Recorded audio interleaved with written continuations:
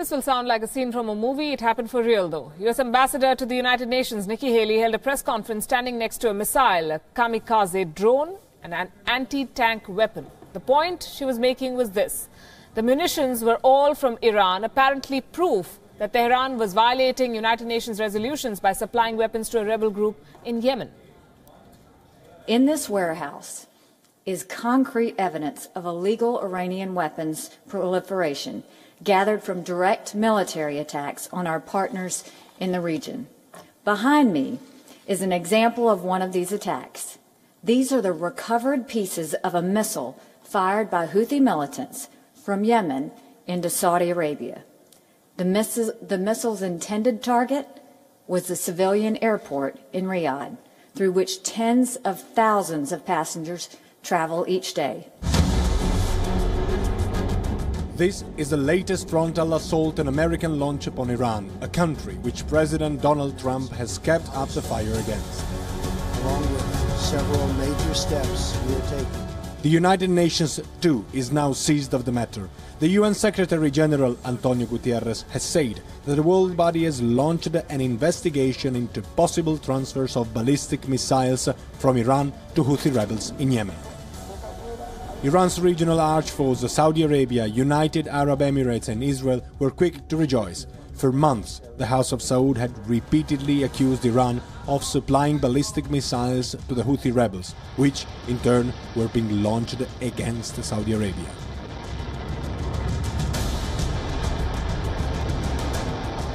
Iran has denied all allegations, dismissing the so-called evidence offered by the United States as fabricated. If Tehran really supplied ballistic missiles to Yemeni rebels, then it would be a violation of a UN resolution which prohibits Iran to supply, sell or transfer weapons outside the country without United Nations approval. And it could attract international sanctions. Familiar scenes?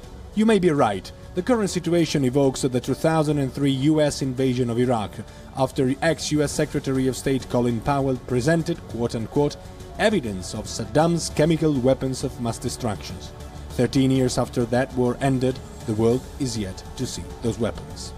So let's have a closer look at what the US is now presenting as irrefutable evidence of Iran's involvement. Missiles remnants were provided by Saudi Arabia. There are Iranian corporate logos on the missile.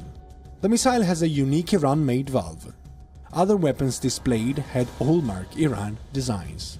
All of these weapons include parts made in Iran, some by Iran's government-run defense industry. The evidence may seem irrefutable, but there is one major problem. The United States also admitted that it has no idea when and how Iran smuggled the missile, nor about who smuggled it. It is impossible for the US to prove that the government of Iran is directly involved. The missile and other weapons could have been smuggled by criminal networks or deep state actors without the central government's knowledge. Iran has not made too strenuous an effort to deny the allegations, nor has Tehran come up with a plausible explanation as to why Iran-made weapons are not being used in the war in Yemen.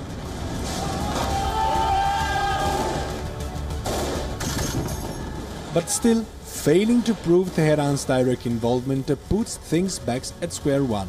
Eventual sanctions against Iran, it won't be easy to find backing. Daniele Pagani for WION.